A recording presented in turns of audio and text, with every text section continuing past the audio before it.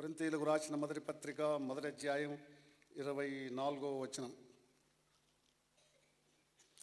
క్రీస్తు దేవుని శక్తి, క్రీస్తు దేవుని శక్తి.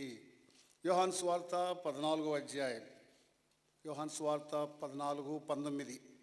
నేను జీవించుచున్నాను గనుక మీరును జీవింతురు, నేను జీవించుచున్నాను గనుక మీరును జీవించుదురు. ఫిలిప్పీ పత్రిక 3వ అధ్యాయం, తెలుగులో 10-11 కలిసి ఉంది.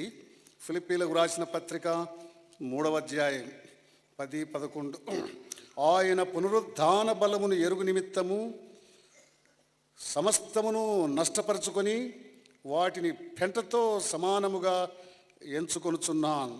ఆయన పునరుద్ధాన బలమును ఎరుగు నిమిత్తం సమస్తమును నష్టపరుచుకొని వాటిని పెంటతో సమానముగా ఎంచుచున్నాను. 1 కొరింథీ 15వ అధ్యాయం, కొరింథీయులకు రాసిన మొదటి పత్రిక 15వ అధ్యాయం 3వ వచనం. కొరింథీయులకు రాసిన మొదటి పత్రిక, మీరు ఇంటికి వెళ్ళిన తర్వాత అధ్యాయాన్ని అంతా చదివితే మీకెంతో లాభం. 15వ అధ్యాయం, కొరింథీయులకు రాసిన మొదటి పత్రిక 15వ అధ్యాయం 3వ వచనం. లేఖనముల ప్రకారము క్రీస్తు మన పాపముల నిమిత్తము మృతి పొందెను, సమాధి చేయబడెను. లేఖనముల ప్రకారము 3వ దినమున లేపబడెను.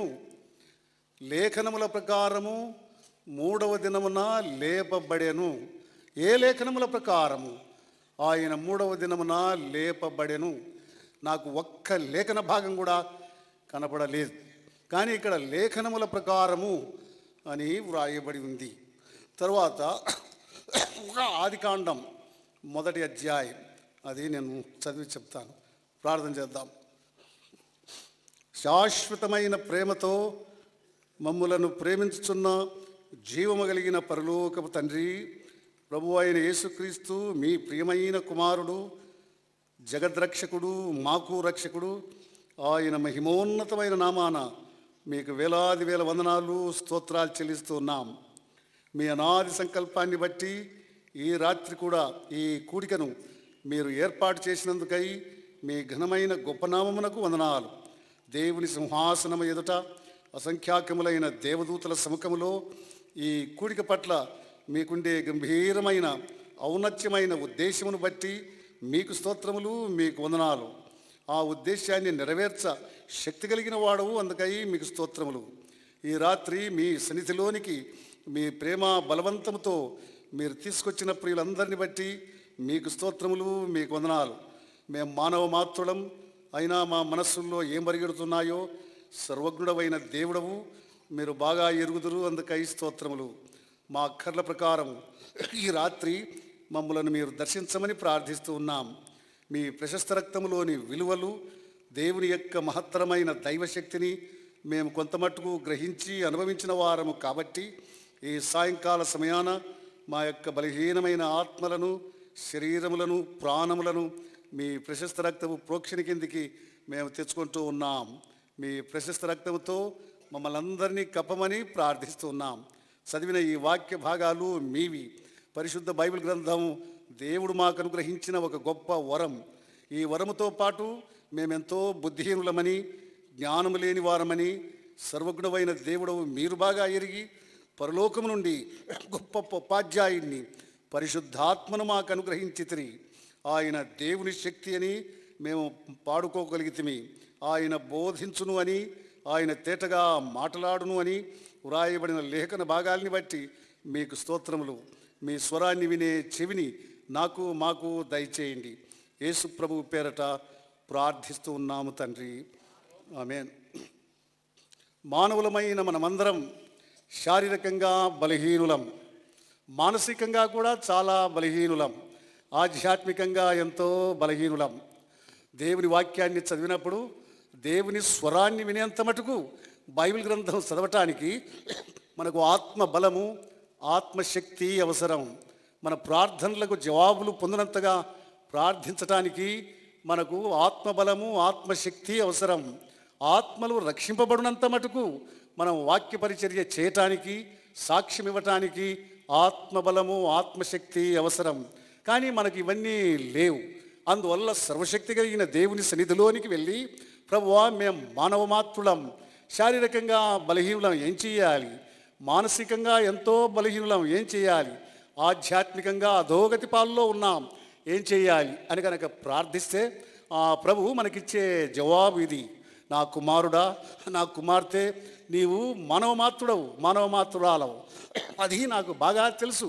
అందువల్ల నా కుమారుడైన క్రీస్తును నేను మీకు దేవుని శక్తిగా ఇచ్చి ఉన్నాను అని ఆయన మనకు జవాబు చెబుతాడు.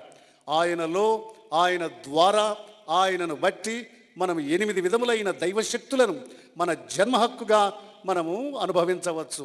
మొదటి శక్తి హెబ్రీ పత్రిక 4వ అధ్యాయం 12వ వచనం, ఆయన వాక్యపు శక్తి. రెండవదిగా 1 కొరింథీ 1వ అధ్యాయం 18వ వచనం, ఆయన శిలువ శక్తి.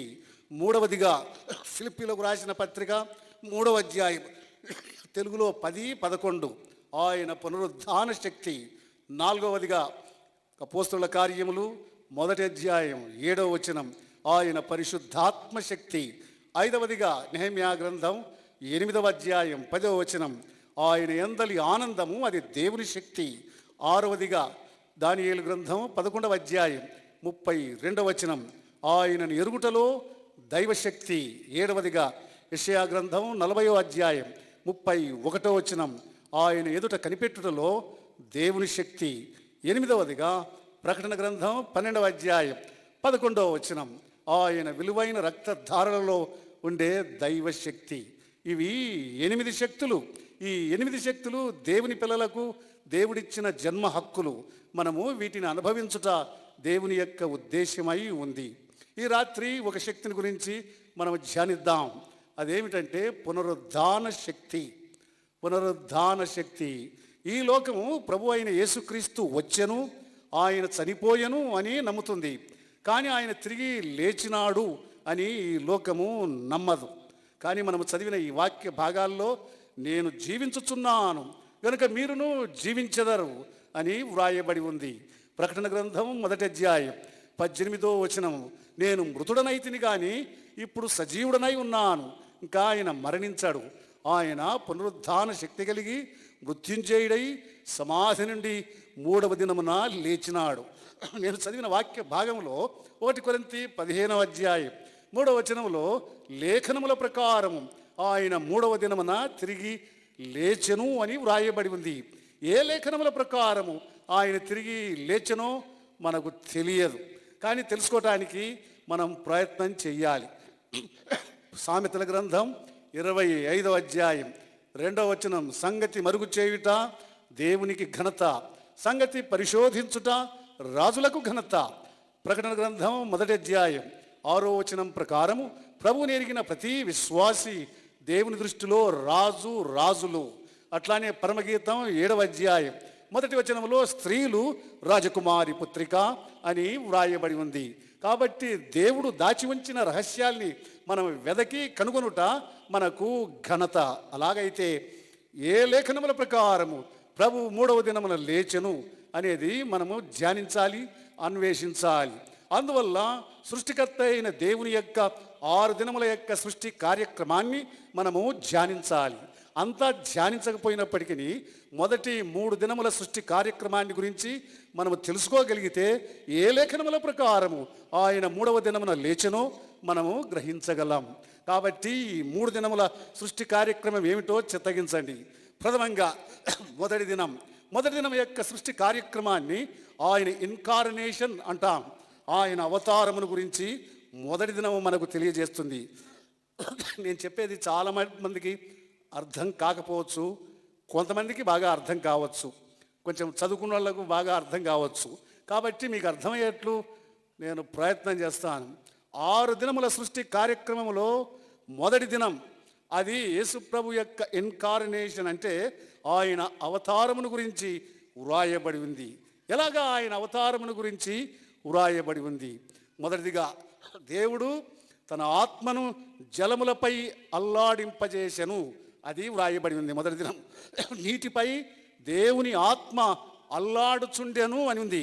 అంటే ఒక కోడిపెట్ట గుడ్ల మీద పొదిగినట్లుగా దేవుని పరిశుద్ధాత్మ జలములపై అల్లాడుచుండెను.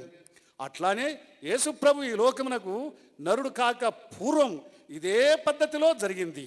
గాబ్రియేలు దూత ఈ మరియ దగ్గరికి వచ్చి, దయాప్రాప్తురాలా, నీకు శుభమవునుగాక అని చెప్పి, నీకు ఒక కుమారుడు కలుగును అన్నది. ఆ గాబ్రియేలు అనగా మరి అన్నది, నేను పురుషుని ఎరగని దానను, నాకెట్లా కుమారుడు జన్మించును అని ఆమె అన్నది. అప్పుడు గాబ్రియేలు అన్నాడు కదా, పరిశుద్ధాత్మ నిన్ను కమ్ముకొనును. మొదటి దినమున పరిశుద్ధాత్మ జలములపై అల్లాడెను. అట్లానే ఇన్కార్నేషన్, ప్రభు యొక్క అవతారమునకు మొదట పరిశుద్ధాత్మ మరియను కమ్ముకొనెను. అది మొదటిది. రెండవది, ఆయన వెలుగు కలుగునుగాక అని మొదటి దినమే ఆయన చెప్పాను. అట్లానే ప్రభు యొక్క జన్మ సందర్భములో ఆకాశంలో దేవుని మహిమ ప్రకాశించెను. దేవుని దూతలు వచ్చిరి, దేవుని మహిమ ఆ స్థలమంతటిలో ప్రకాశించెను. ఆ తర్వాత సీమోను అనే మనిషి యేసుప్రభు పసిబాలుడుగా ఉండగా ఆయన ఎత్తుకొని ఆయన ఇట్లా ప్రార్థన చేశాడు, అన్య జనులకు నీవిచ్చిన వెలుగు ఇది అన్నాడు. కాబట్టి మొదటి దినం ఎట్లా అయితే దేవుడు వెలుగును కలుగజేసానో అట్లానే దేవుని యొక్క అవతారములో, ఆయన ఇన్కార్నేషన్లో రెండవదిగా వెలుగు ప్రకాశించెను. మూడవదిగా ఆ వెలుగు మంచిదైనట్టు దేవుడు చూచెను అని వ్రాయబడింది మొదటి దినం. అట్లానే ప్రభు జన్మించగా లూకాసు వార్త 3వ అధ్యాయం 22వ వచనంలో, ఈయన నా ప్రియకుమారుడు, ఈయన యందు నేను ఆనందించుచున్నాను అని ఆ పరలోకం నుంచి శబ్దము వినబడెను. నాలుగవదిగా వెలుగును చీకటిని దేవుడు వేరుపరచెను. అట్లానే హెబ్రీ పత్రిక 7వ అధ్యాయం 26వ వచనం, క్రీస్తు ప్రభువును పాపుల నుండి ఆయన వేరుపరచెను. తరువాత ఐదవదిగా ఆ వెలుగుకు దేవుడు ఒక క్రొత్త పేరు పెట్టెను, దాని పేరు పగలు అన్నాడు.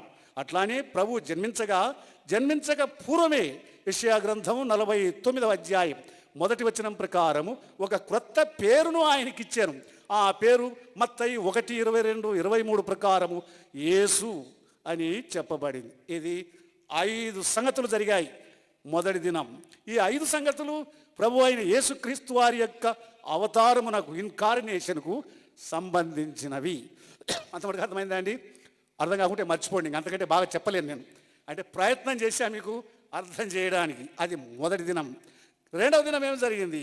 రెండవ దినమున పై జలములను కింది జలములను వేరుపరిచెను, డివైడ్ చేశాడు. Cross is the greatest divider, అది జ్ఞాపకం పెట్టుకోవాలి. ఈ సిలువ అనేది లోకాన్ని వేరుగా చేయగలిగినది. అంతకంటే వేరు చేసేది లోకములో ఎక్కడా లేదు. సిలువలో చూడండి, రక్షింపబడిన దొంగను, నాశనమైన దొంగను వేరుపరిచింది సిలువ మాత్రమే. ఇద్దరు దగ్గరలోనే ఉన్నాడు. రక్షింపబడిన వాడు ఎంత దూరం ఉండెనో, నాశనమైపోయిన వాడు కూడా అంతే దూరం ఉండేను. కానీ వాళ్ళను వేరుపరిచింది ఎవరు? ఒకనికి ఆ సిలువ అది ఒక తమాషా అయిపోయింది. ప్రభువుని చూచి 3 ముదనష్టపు మాటలు పలికినాడు. ఏమన్నాడు? నువ్వు క్రీస్తు అయితే అంటే కాదని, ముందు నిన్ను నువ్వు రక్షించుకో అన్నాడు, మళ్ళీ మమ్మల్ని రక్షించు అన్నాడు. అంత తమాషా చేశాడు. అందువల్ల తెలుగులో ఆ మాట చెబుతారు, వాడు 3 ముదనష్టపు మాటలు పలికెను, వాడు నాశనమాయను. రెండవ వాడు 7 మాటలు పలికినాడు. వాడు ఆ సిలువను చూచి ఇది దేవుని శక్తి, రక్షించగలడు అని ఎరిగాను. కాబట్టి ఆ దినం ఆ సిలువ ఇట్లా ఇద్దరిని విభాగించెను. నాశనమైన పోయినవాడు, రక్షింపబడినవాడు. ఇక్కడ అంతే.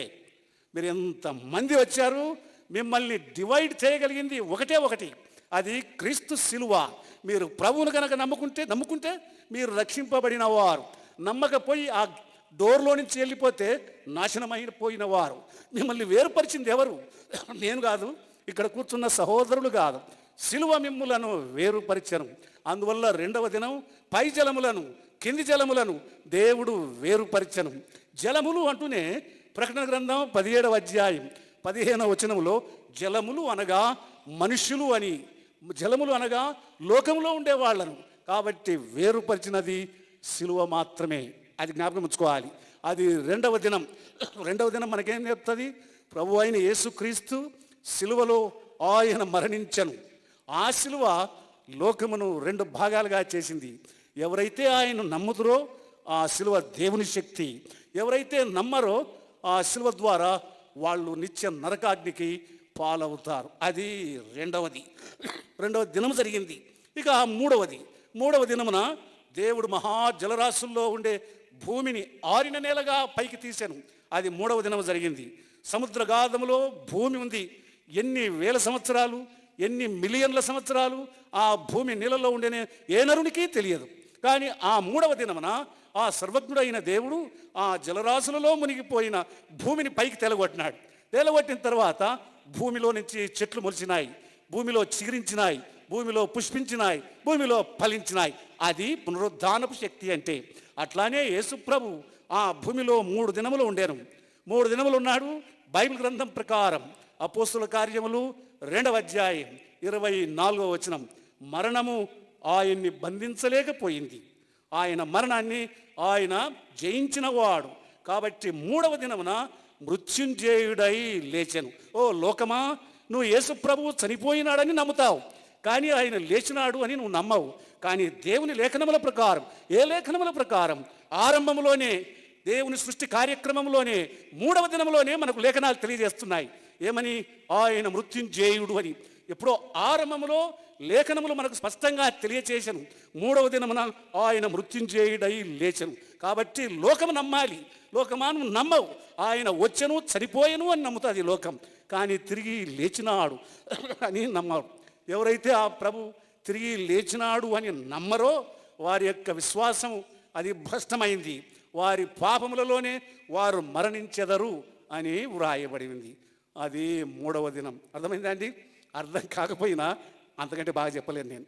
అది అంటే మనకు ఏం తెలియదు. సత్యమేమిటి?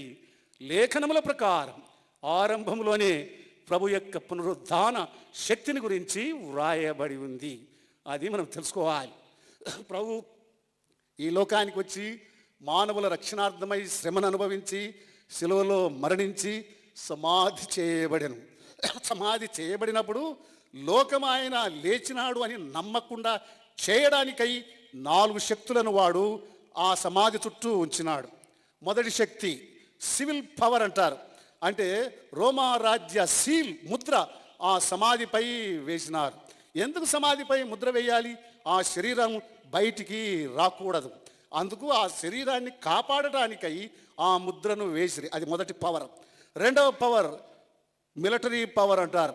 రోమారాజ్య భటులు ఆ సమాధి చుట్టూ రాత్రింబవళ్ళు కావలి కాస్తూ ఉన్నారు. వాళ్ళని అడుగుదాం, ఎందుకు మీరు ఇక్కడ కావలి కాస్తున్నారు? ఆ శరీరము బయటికి రాకూడదు. మూడవ పవర్ టెంపుల్ వాచ్ అంటారు. వాళ్ళు మతాధికారులు, వాళ్ళు కూడా కొంతమంది పోలీసును పంపినారు. వాళ్ళ పని ఏమిటంటే సమాధిలో ఉండే శరీరం బయటికి రాకూడదు. తర్వాత నాలుగవది అన్నిటికంటే పెద్ద శక్తి వాడు సైతానుడు. హెబ్రీ పత్రిక 2వ అధ్యాయం 14వ వచనం ప్రకారము మరణ బలము కలిగిన వాడు కూడా దాన్ని కాస్తా ఉన్నాడు. దేన్ని? ఆ శరీరము బయటికి రాకుండా. ఎందుకు ఈ 4 శక్తులు కాస్తూ ఉన్నారంటే లోకము యేసు ప్రభు వచ్చెను అని నమ్మితే నమ్ము, కానీ ఆయన చనిపోయి తిరిగి లేచినాడు అని నమ్మకూడదు అని ఈ 4 శక్తులు అక్కడ కాపుదల కాచినాయి. కానీ 5వ శక్తి ఆ సమాధిలోనే ఉంది. ఆయనే ప్రభు. ఆయన పేరు ఎల్షడాయ్. ఆదికాండం 17వ అధ్యాయం 1వ వచనం, సర్వశక్తి కలిగిన దేవుడు. అపోస్తుల కార్యములు 2వ అధ్యాయం 24వ వచనం, మరణము ఆయన్ని బంధించలేదు. కాబట్టి 3వ నాడు మృత్యుంజయుడై సమాధి నుండి ఆయన లేచెను. కాబట్టి పునరుద్ధానము అనేది అది దేవుని శక్తి. ఆ శక్తిని ఆపవేయటకు ఇన్ని శక్తులు పూనుకున్నా కానీ ఆ శక్తులన్నిటినీ జయించి జయవీరుడై ఆయన ఆదివారము తెల్లవారుజామున బయటికి వచ్చెను. ఇప్పుడు ఆయన సజీవుడై ఉన్నాడు. అందువల్ల స్త్రీలు అక్కడికి వెళ్ళినప్పుడు సజీవుణ్ణి మృతులలో ఎందుకు వెతుకుతున్నారు మీరు అని ఆ దేవదూతలు వారితో పలికిరి. ఇది కథ అయింది. ఇంకా పాఠంలోనికి వద్దాం. ఆ సమాధి దగ్గరికి వచ్చిన స్త్రీలను గురించి బహుశా మీరు విని ఉండొచ్చు. ఎట్లా అయిందంటే, ఆ రాత్రి మగ్దలేనే మరి అని ఒక స్త్రీ ఉండేది. ఆమె మిగిలిన సహోదరులు వాళ్ళంతా సుగంధ ద్రవ్యాలను తెచ్చి రాత్రంతా నూరినారు. ఎందుకు నూరినారు అంటే ఆ శరీరానికి ఈ సుగంధ ద్రవ్యము పుయ్యాలి అని. కానీ ఒకవైపు చూస్తే వీళ్ళంతా పిచ్చి మనుషులా అని అనిపిస్తుంది. ఆయన శరీరానికి సుగంధ ద్రవ్యం ఎట్లా పూయగలరు? ఆయన సమాధిలో ఉన్నాడు. సమాధిలో నుంచి బయటికి తీయడానికి ఎవరికీ ధైర్యం లేదు. కానీ వీళ్ళేమో రాత్రంతా నిద్రపోకుండా ఈ సుగంధ ద్రవ్యాలను నూరినారు. నూరి ప్రొద్దున్నే తెల్లవారుజామున సమాధుల తోటకెళ్ళి ఆ శరీరానికి ఆ సుగంధ ద్రవ్యాన్ని పూయాలి అనుకున్నారు. నేను మీకు ఒకప్పుడు ఈ విషయం చెప్పాను కొంత మటుకు. ఏమని? మగ్దలేనే మరి అని, ఈ మేరీ అని పేర్లు పెట్టుకుంటారు చూడండి, వాళ్ళు కొంచెం క్రాక్ పార్ట్స్ అని, అంటే కొంచెం పిచ్చి మనుషులుగా ఉంటారని. అంటే కాకినాడ వాళ్ళు కాదు, వేరే ఊరోళ్ళు.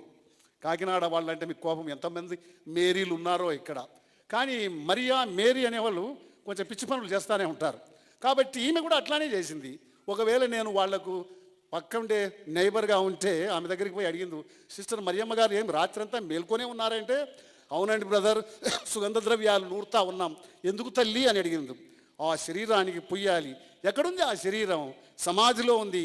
దానికి 4 శక్తులు కాపుదల. నువ్వు ఎట్లా పోయగలవమ్మా? ఆమెకు ఒక్క మాట కూడా అర్థం కాలేదు. కొందరికి ఎంత చెప్పినా అర్థం కాదు. ఆమెమో పుయ్యాలి అనుకున్నది, ఆమె నిద్రపోనీ లేదు, పోలేదు. మిగిలిన వాళ్ళని కూడా నిద్రపోకుండా ఆ సిస్టర్ని అంతా తొందర చేసింది. వాళ్ళంతా తెల్లవారుజామున బయలుదేరినారు సమాధి తోటలకు.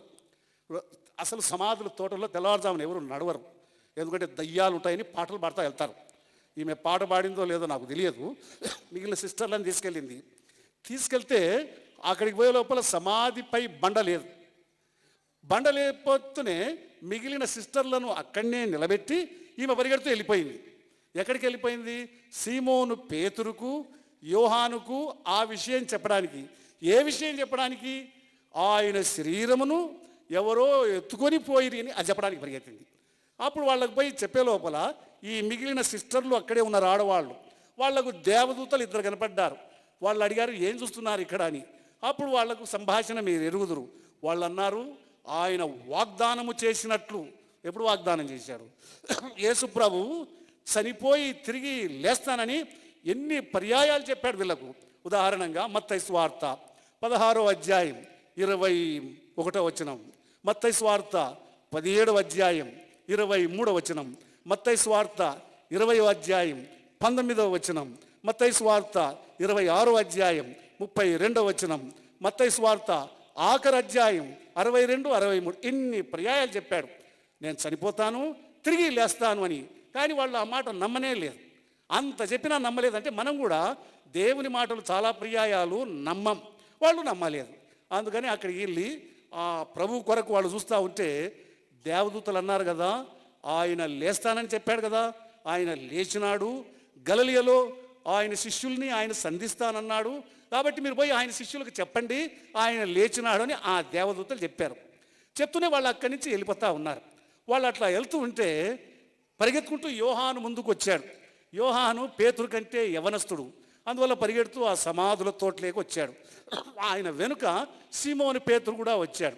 బైబిల్లో ఏముందంటే యోహాను ఇట్లా చూచి నమ్మెను అని ఉంది. అట్లా చూశాడంతే. ఏ నమ్మాడు? నేను ఇంతకుముందు చెప్పా కదా ఆయన తిరిగి లేస్తాడు అని. ఆ మాట ఆయన జ్ఞాపకం వచ్చింది. ప్రభువు లేచినాడు అని నమ్మాడు. పేతురు అయితే వెంటనే నమ్మలేదు. కొంచెమంతా రీసెర్చ్ పరీక్ష చేసినాడు. సమాధిలో దిగినాడు, అవన్నీ చూశాడు, మళ్ళీ బయటకు వచ్చాడు.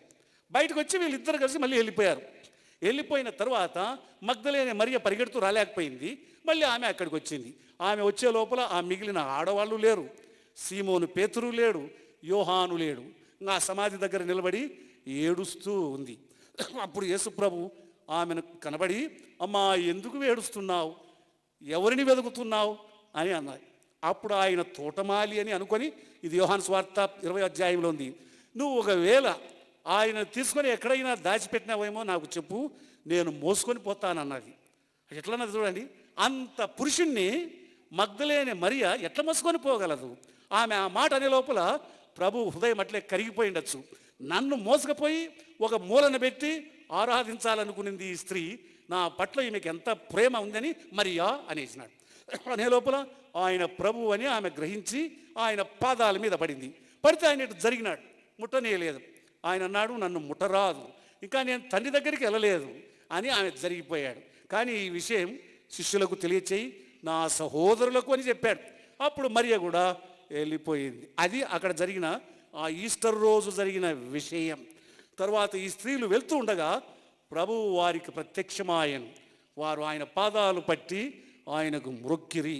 ఇట్లా ఎందుకు మ్రొక్కినారో మనము రేపు చూద్దాం ఆ విషయం. కానీ ఇప్పుడు నేర్చుకోవాల్సినవి ఎన్నో ఉన్నాయి. ఆయన పునరుద్ధాన శక్తి, లోకము ఆయన లేచినాడు అని నమ్మదు. ఆయన లేచిన తరువాత 12 పర్యాయాలు మనుషులకు ఆయన కనపడ్డాడు. మొదటిదిగా యోహాను సువార్త 20వ అధ్యాయం 14వ వచనం, మగ్దలేని మరియకు ప్రథమంగా కనబడెను. అసలు స్త్రీలే ఎక్కువగా ఆయన్ను ప్రేమించింది. సిలువలో ఆయన వేలాడేటప్పుడు ఆఖరణ సిలువ దగ్గర నుంచి వెళ్ళింది స్త్రీలే. తర్వాత ప్రభువు లేచిన తరువాత ప్రభువు కనబడింది మొదట స్త్రీలకే. ఆ మొట్టమొదటిదిగా మగ్దలేని మరియకు కనబడెను. రెండవదిగా మత్తయి సువార్త 28వ అధ్యాయం 8-9 వచనాల ప్రకారము ఆ స్త్రీలకు దేవదూతలు చెప్పిరి. ఏమని? ఆయన శిష్యులకు ఆయన లేచినాడు అన్న సత్యాన్ని చెప్పమన్నారు. వాళ్ళు వెంటనే విధేయత చూపి వాళ్ళు వెళ్ళినారు. వాళ్ళు విధేయత చూపారు కాబట్టి ప్రభువు వారిని దర్శించాను, వారికి కనపడ్డాడు. అది రెండవది. ఇక మూడవది 1 కొరింథీ 15వ అధ్యాయం 5వ వచనం. ఆ ఆఫ్టర్నూన్ మధ్యాహ్నమున పేతురు ఒక్కడే ఉన్నాడు. ఆయన ఎంతో దిగులుగా ఉన్నాడు. ప్రభువును 3 సార్లు బొంకినాడు. ఆయన దగ్గరికి వచ్చి పేతురును ధైర్యపరచను. అది మూడవది. ఇక నాలుగవది ఎమ్మాయి గ్రామ శిష్యులకు లూకా సువార్త 24వ అధ్యాయం 15వ వచనం. వాళ్ళు వెళ్తుండగా ఆయన వాళ్ళకు కనబడెను. వాళ్ళు లోపలికి రమ్మని ఆయన్ని ఆహ్వానించిరి. వాళ్ళకు కూడా ఆయన కనబడెను. ఐదవదిగా యోహాను సువార్త 20వ అధ్యాయం 19వ వచనం. శిష్యులు తలుపులు వేసుకొని లోపల ఉన్నారు. అప్పుడు ప్రభు ఆ డోరు తెరవకుండానే, ద్వారం తెరవకుండానే వేసిన ద్వారం అట్లానే ఉంది, లోపలికి వచ్చాడు. ఆ సమయంలో తోమా లేడు. మిగిలిన వాళ్లకు ఆయన కనబడాను. ఆరవదిగా యోహాను సువార్త 20వ అధ్యాయం 26వ వచనం. తోమా ఉన్నప్పుడు మళ్ళీ వచ్చే వారం ఆ ప్రభు అదే గదిలోనికి వచ్చి వాళ్ళందరికీ కనబడెను అని వ్రాయబడింది. ఏడవదిగా యోహాను సువార్త 21వ అధ్యాయం మొదటి 4 వచనాలు. 7 మంది శిష్యులు మళ్ళీ చేపల వేటకి వెళ్ళారు. అప్పుడు ప్రభు వారికి ఉదయకాలమున కనబడి వారిని అంటే లోతులేకి నడపమని, చేపలు వారికి దండిగా దొరికేట్లు ఆయన చేయగలిగాను. తర్వాత 8వదిగా ఒకే పర్యాయము 11 మందికి ఆయన కనబడాను. మత్తయి సువార్త 28వ అధ్యాయం 17వ వచనం. ఆ తరువాత 500 మందికి కొండ మీద ఒకే పర్యాయము కనబడాను. 1 కొరింథీ 15వ అధ్యాయం 6వ వచనం. ఆ తరువాత ప్రభు యొక్క సహోదరుడు యాకోబుకు ప్రత్యక్షమాయను. 1 కొరింథీ 15వ అధ్యాయం 7వ వచనం ప్రకారం. ఆ తరువాత బేతనియ వరకు వారిని నడిపించి వాడు అక్కడి నుంచి పైకి వెళ్ళినాడు. లూకా సువార్త 24వ అధ్యాయం 36వ వచనం నుండి 51వ వచనం వరకు. ఇవన్నీ ఎందుకు చెప్పానంటే ఆయన లేచెను, ఆయన అనేకులకు కనబడాను, ఇది వాస్తవికమైన సత్యం అని రుజువుపరచడానికి ఇన్ని 12 పర్యాయాలు ప్రభు పునరుద్ధానుడైన తరువాత మనుషులకు అగుపడాను. అది మనం ఎరగాలి. అంటే ఆయన నిజముగా మరణించి 3వ నాడు మృత్యుంజయుడై లేచెను. ఈ దినం, ఈ సమయంలో, ఈ గడియలో ఆయన సజీవుడు. మనము ఆరాధించే దేవుడు బొమ్మ కాదు. మనము మొక్కే దేవుడు ఒక పటము కాదు. మనము వెంబడించే దేవుడు ఏదో ఒక అంటే రాసిన వస్తువు కాదు. ఆయన జీవము కలిగిన దేవుడు. అందువల్ల జీవము కలిగిన దేవుని నమ్మిన వారు 1 కొరింథీ రోమాపత్రిక 9వ అధ్యాయం 26వ వచనం ప్రకారము జీవము కలిగిన దేవుని పిల్లలు. ఎంత మంచి మాట! క్రైస్తవులని కాదు, ఆ జీవము కలిగిన దేవుడు ఏమన్నాడు? యోహాను సువార్త 14వ అధ్యాయం 19లో నేను జీవించుచున్నాను కాబట్టి మీరు జీవిస్తారు. కాబట్టి ఆయన్ని ఎవరైతే నమ్ముదురో వాళ్ళని ఏమని పిలుస్తాడు ఆయన? జీవము కలిగిన దేవుని పిల్లలు. ఆ జీవము కలిగిన దేవుని పిల్లల యొక్క గుంపును 1 తిమోతి 3వ అధ్యాయం 17వ వచనంలో వర్స్ 15 ఏమన్నాడు? జీవము కలిగిన దేవుని సంఘం. చర్చ్ అంటే చాలా స్థలాల్లో చచ్చిపోయిన మనుషులు ఉన్నట్టుంటారు. వాళ్ళు ప్రార్థన చేస్తే జీవం ఉండదు, పాటలు పాడితే జీవం ఉండదు, ఆరాధన అంటే అసలే తెలియదు, ఏదో వచ్చి వెళ్తారు. అది కాదు మన సంఘం. ప్రభువుని ఎరిగిన వారి సంఘం జీవము కలిగిన దేవుని సంఘం. అక్కడ ఏది జరిగినా సరే జీవమే జీవమే జీవము తొనికిసలాడుతూ ఉంటుంది. కారణం ఆయన సజీవుడు, ఇంకా ఆయన మరణించాడు. అది మన భాగ్యం. నేను చెప్తున్నా కదండి వేటపాలెం సహోదరులు, మనం ఎంత ధన్యులమో నేను చెప్పలేను. కారణం జీవము కలిగిన దేవుణ్ణి నమ్మిన వాళ్ళం, జీవము కలిగిన దేవుని పిల్లలం. ఆయన జీవించుచున్నాడు, మేము జీవిస్తూ ఉన్నాం. ఇంకా ఆయన మరణించాడు. ఆయన పునరుద్ధాన ప్రభావము కలిగిన వాడు. పౌలు అన్నాడు, ఆ శక్తిని నేను ఎరుగు నిమిత్తం నేను సంపాదించినవన్నీ ఒక పెంటతో నేను ఎంచుతూ ఉన్నాను అన్నాడు. అది ఆయన ఎరిగిన సత్యం. అట్లనే ఇక్కడ ఎంతోమంది పురుషులు ఉన్నారు, మీ సంగతి నాకు తెలియదు. మీరు నిజంగా ప్రభువును నమ్మి ఉంటే ఆయన సజీవుడు, మీరు సజీవుల లెక్కల్లో ఉంటారు. మీరు జీవము కలిగిన దేవుని సంఘం, జీవము కలిగిన దేవుని పిల్లలు, అది మన పేరు. ఆ సంఘములో ఉండేదంతా జీవమే జీవమే జీవమే. అది ఆయన ఇష్టం. అలాంటి వారినిగా మనం చెయ్యాలి అని ఆ ప్రభు మన మధ్యలో ఎల్లప్పుడూ ఉండువాడై ఉన్నాడు. అది పునరుద్ధాన శక్తి అంటే. ఇంకోటి ఆశ్చర్యమైంది కొన్ని చెప్తాను. అంటే మర్మములు మేము ఎరగాలి అంటారు కదా. ఒక మర్మం 11వ అధ్యాయం హెబ్రీ పత్రిక 32వ వచనం చూడండి. పునరుద్ధానాలు అనేటి 2 రకాలు ఉన్నాయి. ఒకటి మామూలు పునరుద్ధానం, అంటే చనిపోయిన వాడు తిరిగి లేవటం. రెండోది శ్రేష్టమైన పునరుద్ధానం అని ఒకటి ఉంది. అంటే ఎట్లా ఉందంటే, పూర్వకాలమున ఎవరైనా పిల్లలు చనిపోతే వాళ్ళు బ్రతకాలి అని వాళ్ళు గొప్ప ప్రవక్తల దగ్గరికి పరిగెత్తినారు. అర్థమైంది ఆ మాట? ఉదాహరణంగా 1 రాజుల గ్రంథం 17వ అధ్యాయం ఏలియాను గురించి మనం ప్రొద్దున కొంచెం నేర్చుకున్నాం. ఏలియా సారెఫతు అనే ఒక గ్రామంలో ఒక పేద విధవరాలి దగ్గర ఉన్నాడు. ఆ విధవరాలి కుమారుడు మరణించెను. అప్పుడు ఆమె ఏం చేసిందంటే, ఆ కుమారుని మళ్ళీ బ్రతికించమని ఆ ప్రవక్త దగ్గరికి పోయి ఆమె వేడుకున్నది. అప్పుడు ఆ ప్రవక్త ఆ అబ్బాయి కొరకు ప్రార్థించెను, వాడు తిరిగి లేచెను. అది 17వ అధ్యాయం. ఇది 1 రాజుల గ్రంథం 17-19వ వచనం. అతని బిడ్డను నా చేతికిమ్మని చెప్పి ఆమె కౌగిటిలో నుండి వానిని తీసుకొని తానున్న పై అంతస్తు గదిలోనికి పోయి తన మంచం మీద వాని పరుండబెట్టి, యెహోవా నా దేవా, నన్ను చేర్చుకుని ఈ విధవరాలి కుమారుని సంపునంతగా ఆమె మీదికి కీడు రాజేస్తివి అని యెహోవాకు మొరపెట్టి, ఈ చిన్నవాని మీద ముమ్మారు తాను పారచుచ్చుకొని, యెహోవా నా దేవా, నా మొర్ర ఆలకించి ఈ చిన్నవానికి ప్రాణము మరలా రానిమ్ము అని ప్రార్థించినాడు. అంటే ఆ చిన్నవాడు మళ్ళీ బ్రతికెను. ఆ చిన్నవాడు బ్రతకడానికి కారణం ఏమిటి? తల్లి ఆ బిడ్డ మళ్ళీ బ్రతకాలి అని ప్రవక్త దగ్గరికి పోయి ప్రార్థించెను. ఆ చనిపోయిన వాడు తిరిగి లేచెను. అది పునరుద్ధానం అని అంటాం, కానీ అది అసలైన పునరుద్ధానము కానే కాదు. ఇక రెండవదిగా ఇంకొక పర్యాయం జరిగింది. అది ఎక్కడంటే ఇదే పుస్తకంలో 4వ అధ్యాయం 2 రాజులు 4వ అధ్యాయం. ఇక్కడ ఎలీషా అని ప్రవక్త సారెపత్ విధవరాలు. ఇక్కడ ఎవరు? 4వ అధ్యాయం ఎవరండి? సునేమీరా. అక్కడ వాళ్ళ అబ్బాయి కూడా చనిపోయాడు. అప్పుడు ఆమె ప్రవక్తను ప్రార్థించెను. ఆ అబ్బాయి కూడా వాడు బ్రతికెను అని వ్రాయబడింది. ఇంకొక పర్యాయం ఎలీషా చనిపోయినప్పుడు 13వ అధ్యాయంలో ఆయన శవాన్ని పాతిపెట్టినారు. ఎవరో ఇంకొక శవాన్ని తెచ్చి అదే సమాధిలో పెట్టగా ఆయన ఎముకలకు ఈ శరీరం తాకిందంట. అప్పుడు వాడు చనిపోయిన వాడు లేచి కూర్చున్నాడు. ఇట్లా 3 చనిపోయిన వారు తిరిగి లేచిరి. అట్లానే క్రొత్త నిబంధనలో మార్క్స్ వార్త 5వ అధ్యాయం యాయూరు కుమార్తె 12 సంవత్సరాల అమ్మాయి, ఆ అమ్మాయి తిరిగి బ్రతికెను. లూకాసు వార్త 7వ అధ్యాయం 13-14 వచనాలు నాయీని పేద విధవరాలు కుమారుడు మరణించెను, తిరిగి లేచెను. యోహాను సువార్త 11వ అధ్యాయం 43వ వచనం లాజరు చనిపోయి సమాధిలో ఉండెను, తిరిగి లేచెను. ఇప్పుడు ఒక ప్రశ్న, ఆ తిరిగి లేచిన వాళ్ళంతా ఏమయ్యారు? ఇప్పుడు మళ్ళీ చచ్చిపోయారు. కాబట్టి అది శ్రేష్టమైన పునరుద్ధానము కాదు. అందువల్ల స్త్రీలు మాకు మళ్ళీ మా పిల్లలు మా భర్తలు బతకాలని మాకు లేదు, మేము శ్రేష్టమైన పునరుద్ధానము కొరకు వేచి ఉంటామన్నారు. అందుకని చనిపోయిన వాళ్ళని చనిపోని ఆ శ్రేష్టమైన పునరుద్ధానము అంటే ఏమిటంటే వాళ్ళు లేచినప్పుడు ఇంకా చావనే చావరు. అది మొట్టమొదట శ్రేష్టమైన పునరుద్ధానము సంభవము ప్రభు అయిన యేసుక్రీస్తులోనే. అంటే చూడండి, కొన్ని ఉదాహరణలు చెప్తాను. లాజరు చనిపోయాను, తిరిగి లేచెను.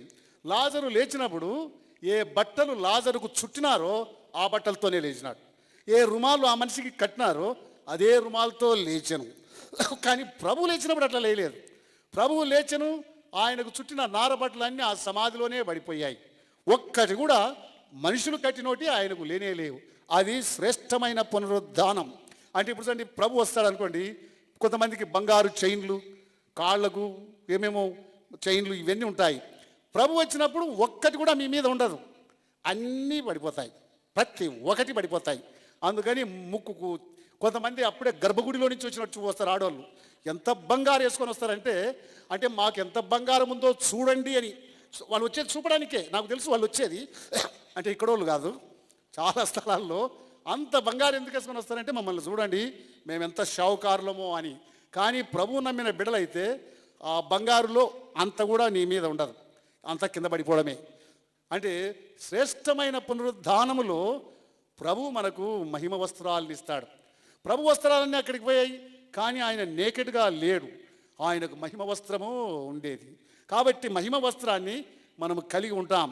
కాబట్టి ప్రియమైన సహోదరి, ఈ లోకములో ఉండేటి వాటిని గురించి నువ్వు అంతగా అవస్థపడము, నీకు ఏం లాభం లేదు. అన్నీ ఊడిపోయేటి. ఒక్క పైసా నీతో రాదు, ఒక బంగారం నీతో రాదు, చేతి గడియారం కూడా రాదు. అన్నీ ఎక్కడివి అక్కడ పడిపోతాయి.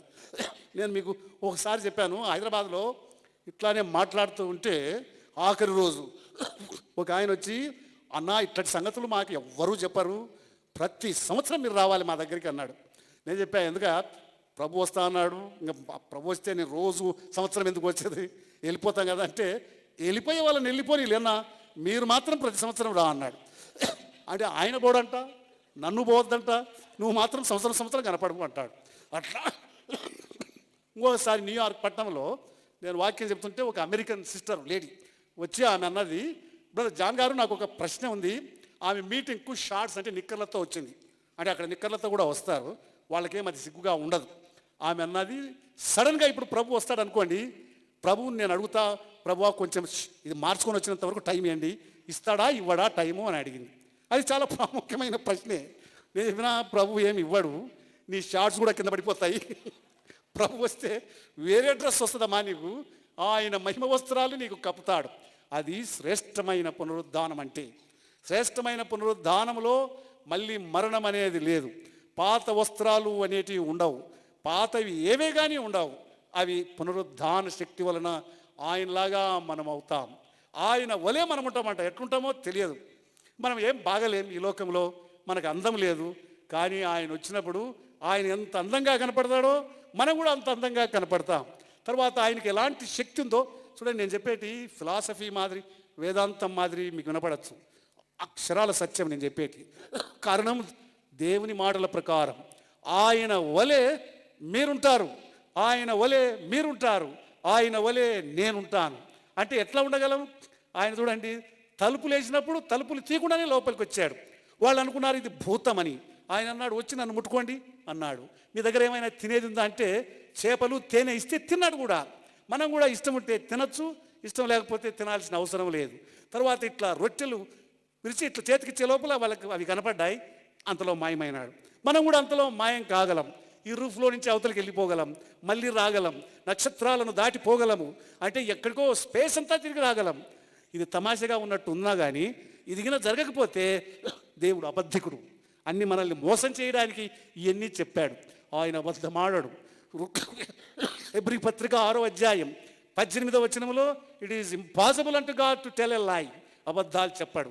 కాబట్టి పునరుద్ధానపు శక్తి అంటే ఇంకోటి చెప్తా చూడండి, ప్రభువును కనుక మీరు ఎరిగి ఉంటే ఈ రాత్రి ఆ శక్తి మీలో పని చేస్తుంది. ఇప్పుడు రైట్ నౌ ప్రతి విశ్వాసిలో దేవుని యొక్క పునరుద్ధాన శక్తి ఇప్పటికే పనిచేస్తూ ఉంది.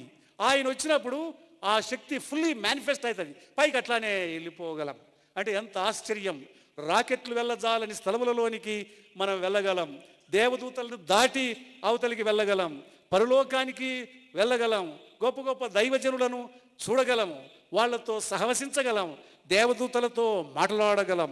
ఇవన్నిటికీ కారణం ఏమిటంటే ఆయన పునరుద్ధాన శక్తి. ఆ శక్తి నాలో నీలో పని చేస్తూ ఉంది.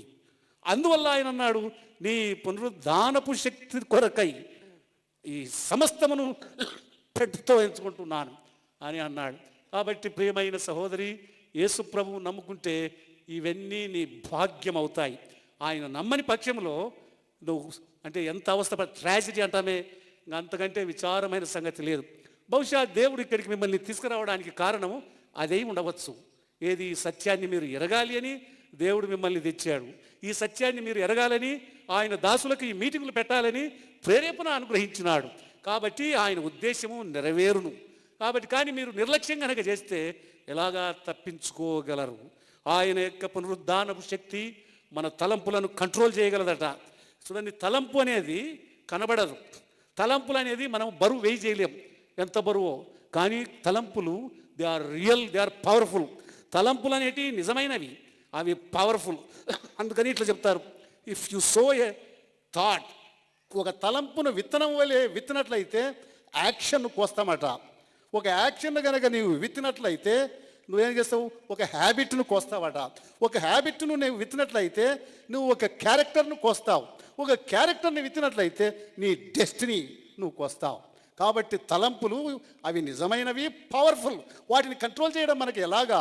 పునరుద్ధాన శక్తితో తలంపులను కంట్రోల్ చేయగలమని వ్రాయబడింది. తర్వాత మన శరీరాలు చాలా భయంకరమైనవి. ఈ శరీరాలు మనకు లోబడవు. శరీరాల్ని డిసిప్లిన్లో పెట్టుకోవాలి అంటే పునరుద్ధానపు శక్తి ద్వారా శరీరములను డిసిప్లిన్లో పెట్టుకోగలం. మనం ఇతరులను చాలా అంటే హేట్ చేస్తూ ఉంటాం, అసహించుకుంటాం, వాళ్ళను కోపపడతా ఉంటాం వాళ్ళ మీద. వాళ్ళను ప్రేమించాలి అంటే పునరుద్ధానపు శక్తే. శిష్యులను ఒకసారి చూడండి, వాళ్ళు ముందు పవర్లెస్. పునరుద్ధానపు శక్తిని కలిగిన వెంటనే ఎంత పవర్ఫుల్గా అయినారు. బయటకు వచ్చి ప్రాణాలు ఇవ్వడానికి వాక్యం చెప్పారు. వాళ్ళు ముందు పిరికివారు, మళ్ళీ వాళ్ళు చాలా బలవంతులైనారు. తలుపులు తెరుచుకొని బయటకు వచ్చారు. ముందు సెల్ఫిష్ వాళ్ళు, మళ్ళీ ప్రేమించే వాళ్ళు అయినారు. ముందు అన్బిలీవింగ్, మళ్ళీ బిలీవింగ్ అయినారు. దీనికి అంతటికీ కారణం పునరుద్ధాన శక్తి. ఆ శక్తిని నువ్వు పొందాలి అంటే ఈ రాత్రి యేసు ప్రభువును నీ రక్షకునిగా స్వీకరించాలి. నాకు ఆయన అవసరం లేదంటే అది మీ ఇష్టం, కానీ చెప్పే బాధ్యత మాది. మీరు వింటున్నారు, తీర్మానం చేసే బాధ్యత మీది. దేవుడు ఈ మాటల్ని ఆశీర్వదించునుగాక. ఆమేన్.